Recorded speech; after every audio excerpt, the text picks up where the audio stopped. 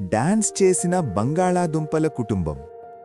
ప్రతి రాత్రి వంటగదిలో లైట్లు ఆఫ్ అవ్వగానే పాట చెక్క కూరగాయల బుట్టలో ఒక మాయ జరిగేది.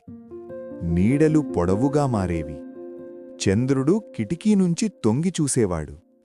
అప్పుడే బంగాళాదుంపల కుటుంబం కదలడం మొదలుపెట్టేది.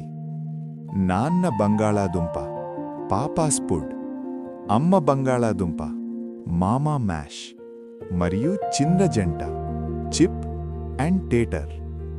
మొదట బుట్ట కాస్త ఊగేది, నిద్రలో కలకంటున్నట్టు.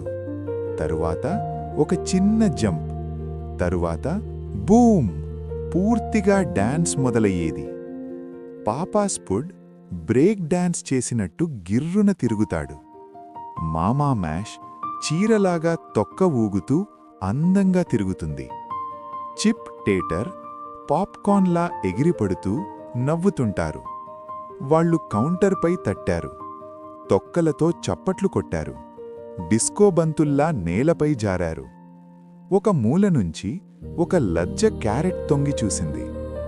బంగాళాదుంపలు కూడా డాన్స్ చేస్తాయా అని ఆశ్చర్యంగా అడిగింది. అవును కదా అని మామా మ్యాష్ నవ్వుతూ చెప్పింది. రా, బీట్ ఫీల్ చేయి. క్యారెట్ చిన్న స్టెప్ వేసింది. టమోటాలు రిథంలో గిర్రున తిరిగాయి. ఉల్లిపాయ వేగంగా తిరిగి తల తిరిగింది. బ్రోకోలీ కూడా పచ్చ చెట్లలాగా ఊగింది. అప్పుడే వంటగది మొత్తం టప్ టప్ శబ్దాలతో, కూరగాయల నవ్వులతో, ఆనందంతో నిండిపోయింది. వాళ్ళు సాల్సా, హిప్ హాప్ అనే వింత మ్యాష్డ్ పొటాటో డాన్స్ కూడా చేశారు.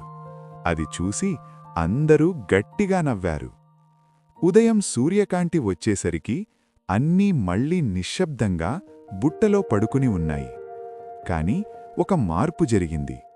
అందరికీ లోపల ఇంకా ధైర్యం, ఇంకా సంతోషం వచ్చింది. ఆ రాత్రి మళ్లీ లైట్లు ఆఫ్ అయ్యాయి. వంటగది మళ్లీ డాన్స్ చేసింది. ఎందుకంటే కొన్నిసార్లు చీకటే మన లోపల ఉన్న ప్రతిభను వెలిగిస్తుంది. చూసినందుకు ధన్యవాదాలు. మరిన్ని సరదా కథల కోసం టైనీ టాడ్లర్ టైమ్స్ ఛానల్ను తప్పకుండా సబ్స్క్రైబ్ చేయండి.